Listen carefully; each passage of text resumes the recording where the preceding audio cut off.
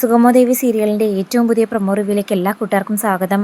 അങ്ങനെ എന്തായാലും ഒരു റിട്ടയേർഡ് ജഡ്ജിയൊക്കെ ഇടപെട്ട കേസ് ആയതുകൊണ്ട് തന്നെ അതിൻ്റെ ഗൗരവത്തോടെ തന്നെ കാര്യങ്ങൾ കൈകാര്യം ചെയ്യും. മാത്രമല്ല ഭരണപക്ഷത്തെ MLA, മുൻപക്ഷത്തെ MLA അങ്ങനെയൊക്കെ പറഞ്ഞ് നോക്കുമ്പോൾ തന്നെ നന്ദൻ്റെ വീട്ടിൽ ധാരാളം സ്വാധീനമുണ്ട്. അതുകൊണ്ട് നന്ദനെ സിദ്ധാർത്ഥൻ സാറും ഹരിയും കൂടി ചേർന്ന് സ്റ്റേഷനിൽ ഹാജരാക്കി കഴിഞ്ഞാൽ ഉറപ്പായിട്ട് നമുക്ക് ആർക്കും രക്ഷപ്പെടാൻ പറ്റില്ല. അതുകൊണ്ട് പറ്റിയ സമയത്ത് എത്രയും പെട്ടെന്ന് ഈ നാട് വിട്ട് വിദേശത്തേക്ക് പോകാൻ ബെല്ലയോടും പറയുന്നു. മാത്രമല്ല കെവിൻ ചെന്നൈയിലേക്ക് പോകാൻ DYSP പറഞ്ഞിട്ട് രണ്ടുപേരും അത് കേൾക്കാൻ കൂട്ടാക്കുന്നില്ല. താൻ ആഗ്രഹിച്ച കാര്യത്തിൽ നിന്ന് ഒരടി പോലും പിന്നോട്ടില്ല. തൻ്റെ ആഗ്രഹത്തിന് വേണ്ടിയിട്ട് പാപ്പൻ കൂട്ടു നിൽക്കണം എന്നൊക്കെ പറഞ്ഞ് പാപ്പനെ മനസ്സ് മാറ്റാൻ ശ്രമിക്കുന്നെങ്കിലും ഒട്ടും മനസ്സില്ലാ മനസ്സോടെയാണ് അത് സമ്മതിച്ചു കൊടുക്കുന്നത്. കാര്യത്തിൻ്റെ ഗൗരവം നിനക്ക് ഇപ്പോഴും മനസ്സിലാകുന്നില്ല. ഇതുപോലെയെങ്ങാണ് സംഭവിച്ചു കഴിഞ്ഞാൽ പിന്നെ വിശ്വാസവഞ്ചനയുടെ പേരിൽ നമ്മൾ നടത്തിയ ഗൂഢാലോചനയും പിന്നെ എൻ്റെ തൊപ്പി വരെ തെറിക്കുമെന്ന് DYSP ആണെങ്കിൽ പറഞ്ഞ് ഓർമ്മിപ്പിക്കുന്നു. അപ്പോൾ ഒരിക്കലും അങ്ങനെയൊന്നും പോകില്ല. അതിന് വേണ്ടിയിട്ടുള്ള മാർഗം ഞാൻ തന്നെ കണ്ടോളാം. ചന്ദ്രത്ത് പോയി നന്ദനെ നേരിട്ട് കണ്ടായാലും താൻ ഇതിൽ നിന്നെല്ലാം അവരെ പിന്തിരിപ്പിക്കാം എന്നൊക്കെ ബെല്ല വാക്ക് കൊടുക്കുന്നു. എന്നാൽ അതേസമയം നമ്മുടെ ഹരിയങ്കളിനൊരു കാര്യം ഉറപ്പാകുന്നുണ്ട്. ഒരു മകനെ നഷ്ടപ്പെട്ട ഒരു അമ്മയുടെ വേവലാതിയൊന്നുമല്ല അരുന്ധതിയുടെ മുഖത്ത് കാണുന്നത്. മറിച്ച് തൻ്റെ മകൻ മരണപ്പെട്ടു എന്നതിനപ്പുറം ഹരി നാളെ സിദ്ധുവിനെയും കൂട്ടി നന്ദനെ സ്റ്റേഷനിൽ ഹാജരാക്കുന്നു എന്നുള്ള കാര്യം കേട്ടപ്പോഴാണ് ശരിക്കും പറഞ്ഞ അരുന്ധതിയുടെ മുഖത്ത് ആദ്യം വെപ്രാളം വന്നത്. അതിൻ്റെ പിന്നിൽ മറ്റെന്തൊക്കെയോ ദുരൂഹതയുണ്ട്. എന്തായാലും സ്റ്റേഷനിൽ നന്ദനെ ഹാജരാക്കുന്നതിൻ്റെ തൊട്ട് പിന്നാലെ അവർ കാര്യങ്ങളെല്ലാം കണ്ടുപിടിക്കുമെന്ന് ഉറപ്പാകുന്നുണ്ട്. അതേസമയം ഹരിയങ്കൾ പോയതിന് ശേഷം നമ്മുടെ അരുന്ധതിയാണെങ്കിൽ ഋഷിയോട് പൊട്ടിത്തെറിക്കുന്നു എന്ന് പറഞ്ഞാലും പോരെ, ഭയങ്കരമായിട്ട് ചൂടാകുന്നുണ്ട്. നീ നോക്കിക്കോ, നാളെ നീ തന്നെയായിരിക്കും കുറ്റക്കാരൻ. നീയല്ലേ വഞ്ചനാ കുറ്റം ചെയ്ത് അവരെ തെറ്റിദ്ധരിപ്പിച്ചത്. അതുകൊണ്ട് നീ അകത്താകുമെന്ന് എൻ്റെ മനസ്സ് പറയുന്നുണ്ട്. ഇനിയെങ്കിലും അമ്മ പറയുന്ന കേക്ക്. നമുക്ക് ചന്ദ്രോത്ത് ചെന്ന് പ്രഭാവതിയോ അല്ലെങ്കിൽ സിദ്ധാർത്ഥൻ സാറിനെയോ അല്ലെങ്കിൽ ഹരിയെയോ നമുക്ക് വിളിച്ച് കാര്യങ്ങളെല്ലാം പറയാം. അതോടെ പറഞ്ഞ് പ്രശ്നങ്ങൾ അവസാനിപ്പിക്കാം. അല്ലാതെ നിൻ്റെ കൂടെ ആരൊക്കെ ഉണ്ടെന്ന് പറഞ്ഞാലും അവരെല്ലാം അവസാനം കൈ ഒഴിയും. ഇപ്പം തന്നെ ബെല്ലയെ വിളിച്ചപ്പോൾ അവളൊന്നും അറിയാത്ത മട്ടിനല്ലേ സംസാരിച്ചത്.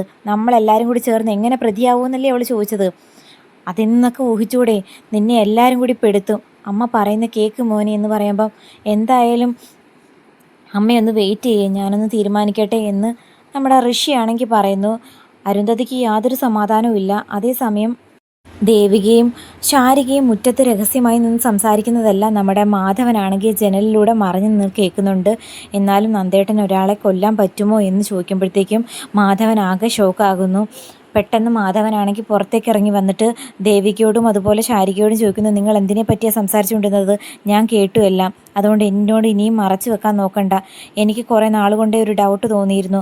നിങ്ങളുടെ രണ്ടുപേരുടെയും ഒളിച്ചു നിന്നുള്ള സംസാരവും അതുപോലെ നന്ദൻ്റെ ടെൻഷനും വെപ്രാളവും കണ്ടിട്ട് നന്ദന് ശരിക്കും എന്താ പറ്റിയത് എന്ന് ചോദിക്കുമ്പോഴത്തേക്കും ദേവിക ഒന്നും മറച്ചു വെക്കുന്നില്ല. ഇനി അച്ഛനോട് മറച്ചു വെച്ചിട്ട് യാതൊരു കാര്യമില്ലെന്ന് എനിക്കറിയാം. കാരണം നാളെ നന്ദൻ നിയമത്തിൻ്റെ മുമ്പിൽ കീഴടങ്ങുമ്പോൾ അച്ഛൻ അതൊന്നും കേട്ടിട്ട് പെട്ടെന്നൊരു ഷോക്ക് ആകണ്ട. അതുകൊണ്ട് ഞാൻ തന്നെ സത്യങ്ങളെല്ലാം തുറന്നു പറഞ്ഞേക്കാം. അതുപോലെ നടന്ന കാര്യങ്ങൾ, ഋഷിയെ നന്ദൻ അപായപ്പെടുത്തി എന്നുള്ള കാര്യങ്ങൾ എല്ലാം തന്നെ മാധവനെ അറിയിക്കുന്നു. എന്തായാലും ചന്ദ്രോത്ത് വീട്ടിലും നമ്മുടെ വീട്ടിലൊക്കെ എന്താ സംഭവിക്കുന്നതെന്ന് എനിക്കറിയാൻ വയ്യ. ഒന്നിന് പിറകെ ഒന്നായിട്ട് പ്രശ്നങ്ങളാണല്ലോ. ദേവി മോൾ MLA ആയി കഴിഞ്ഞപ്പോഴത്തേക്കും എല്ലാ പ്രശ്നങ്ങളും മാറിയെന്ന് വിചാരിച്ചതാ പ്രഭാവതി. എന്തൊക്കെ പറഞ്ഞാലും ദേവി മോളോട് ക്ഷമിച്ച് വീണ്ടും സഹകരിക്കാൻ തുടങ്ങിയല്ലോ. ഇതിൻ്റെ പിന്നാലെ ഇത്രയും വലിയ പ്രശ്നങ്ങൾ ഉണ്ടാകുമെന്ന് ഞാൻ പ്രതീക്ഷിച്ചില്ല. ബെല്ലയുടെ വരവോടെ തന്നെ ഈ അച്ഛൻ്റെ മനസ്സിൽ ആദ്യ കയറിയതാ. ഇപ്പം എൻ്റെ മകളുടെ ജീവിതം എങ്ങനെയാകും എന്നൊക്കെ പറഞ്ഞ് മാധവനാണെങ്കിൽ സങ്കടപ്പെടുന്നുണ്ട്.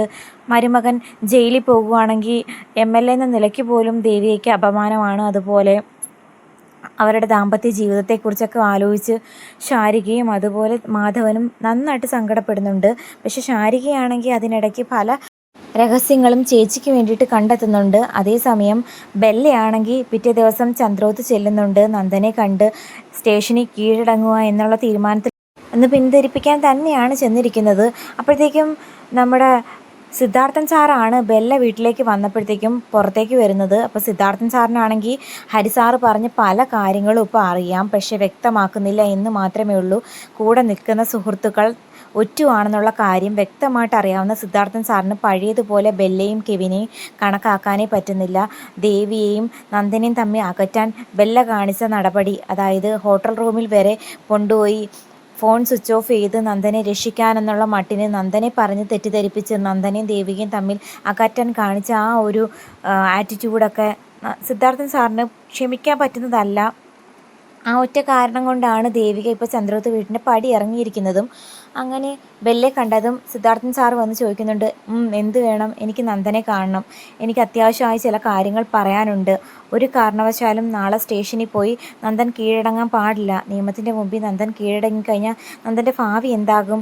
MLA ദേവിക അവളുടെ ഇമേജിന് വേണ്ടിയിട്ട് ഓരോന്നും നിങ്ങളെ തെറ്റിദ്ധരിപ്പിച്ചിരിക്കുക എന്ന് പറയുമ്പോഴത്തേക്കും സിദ്ധാർത്ഥൻ സാറിന് കലിയാകുന്നുണ്ട്. അപ്പോഴത്തേക്ക് അതെല്ലാം കേട്ട് പ്രഭാവതിയാണെങ്കിൽ അങ്ങോട്ടേക്ക് വരുന്നു. മര്യാദയ്ക്ക് ഇപ്പം തന്നെ നീ ഇവിടെ നിന്ന് ഇറങ്ങിപ്പോക്കോണം. അപ്പം നന്ദ എന്ന് പറഞ്ഞുകൊണ്ട് പുറത്ത് നിന്ന് ബെല്ല ഒച്ചത്തി വിളിക്കുമ്പോഴത്തേക്കും ഇറങ്ങടിയെന്ന് പറഞ്ഞുകൊണ്ട് സിദ്ധാർത്ഥനാണെങ്കിൽ അലറുന്നുണ്ട്. അപ്പോൾ സിദ്ധാർത്ഥൻ്റെ മട്ടും മാതിരിയൊക്കെ കണ്ടിട്ട് ബെല്ലയ്ക്ക് തന്നെ നല്ല പേടിയാകുന്നു. ഏറ്റവും അവസാനം നന്ദനെ കാണാൻ സാധിക്കാതെ ബെല്ലയാണെങ്കിൽ പുറത്തേക്ക് പോയി വണ്ടിയിൽ കയറുന്ന സമയത്ത് തന്നെ നന്ദൻ പുറത്തേക്ക് ഇറങ്ങി വരുന്നു. ആരാച്ച എന്താ ഇവിടെ ഒരു ബഹളം കേട്ടത്? അത് ഒന്നുമില്ല മോനെ, നിന്നെ ചില കാര്യങ്ങളിൽ നിന്നും പിന്തിരിപ്പിക്കാൻ നിൻ്റെ സുഹൃത്തുക്കളാണെന്നും പറഞ്ഞ് കുറേ എണ്ണം കൂടെ കൂടിയിട്ടില്ലേ? അച്ഛൻ എന്താ പറയുന്നത്? ആരുടെ കാര്യമാണ് പറയുന്നത്? ബെല്ലയുടെ കാര്യം തന്നെയാണ്. നീ നിയമത്തിൻ്റെ മുമ്പിൽ കീഴടങ്ങാൻ പാടില്ലെന്നും പറഞ്ഞുകൊണ്ടാണ് വന്നിരിക്കുന്നത്.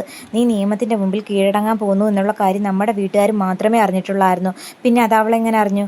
അതിൽ നിന്ന് തന്നെ ഊഹിച്ചൂടെ? എന്തായാലും നീ വിളിച്ച് പറഞ്ഞതായിരിക്കില്ലല്ലോ, അതെനിക്ക് ഉറപ്പുണ്ട്. അപ്പോഴത്തേക്കും നന്ദനാണെങ്കിൽ ഇങ്ങനെ ആലോചിച്ച് നിൽക്കുവാണ്. അതേസമയം ഭാർഗവിയോടും ഗൗരിയോടും മുരളി പറയുന്നു, എന്തൊക്കെയോ വലിയ പ്രശ്നങ്ങൾ വരാൻ പോകുന്നു. എന്തായാലും നന്ദൻ രക്ഷപ്പെടുമെന്ന് തന്നെ എൻ്റെ മനസ്സ് പറയുന്നു. എല്ലാവരും കൂടി ചേർന്ന് അവനെ ചതിക്കുവാണോ എന്ന് എനിക്ക് നല്ല ഡൗട്ടുണ്ട് എന്ന് പറയുമ്പോൾ, അതെന്താ മോനെ നീ അങ്ങനെ പറയുന്നതെന്ന് ഭാർഗവി ചോദിക്കുന്നു. അല്ല, നന്ദൻ ഒരിക്കലും ഇങ്ങനെയൊന്നും ചെയ്യാൻ പറ്റില്ല. ആരൊക്കെയോ ചേർന്ന് അവനെ ചതിച്ച് കൂടെ കൂട്ടിയിരിക്കുക.